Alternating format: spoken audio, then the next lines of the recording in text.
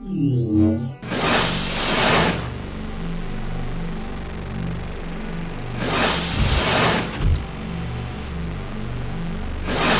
сәлем көрші дейсің ғой. Не болады деген ойдамын.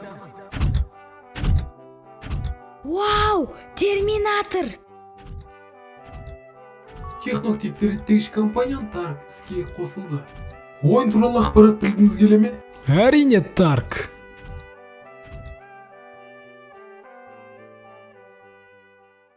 Оппаны, көрші отырғым мынақты. Бұл кейіпкер туралы информация табылды. Оның шын есімі Теодор Питерсон. Сюжет бойынша ол өз отбасымен осы үйде қарапайым ғұмыр кешуде етін. Бірақ қайғылы жағдайлармен ол бірінші әйелінен кейін қызынан айырылған болатын. Өкінішті. Әйел неден қайтыс болды? Жол апатынан, ана сыртта тұрған қисық автокөлікпен бір косой сағат секті. Айтпа. Жақсы, сюжетті құртуды бастайық.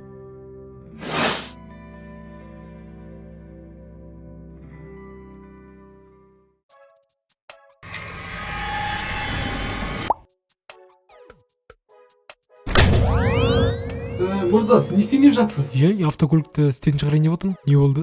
Плазмалық мылтық өте қуатты әрі қауіпті қару. Шереде ол толық баптаудан өтпеді. Ондай жағдайда қарудың Бір рет атсақ ішіне кетпейді. Ай, айттым ғой. Бірақ бұл ойға қонымсыз әрекетпен сіз көршіні әйелмен бірге апатқа түсірмей сюжетті амандалып қалдыңыз. Керемет. Нақ тұр, сен қашсаңызшы. Сен ештен көрмедің, балақай.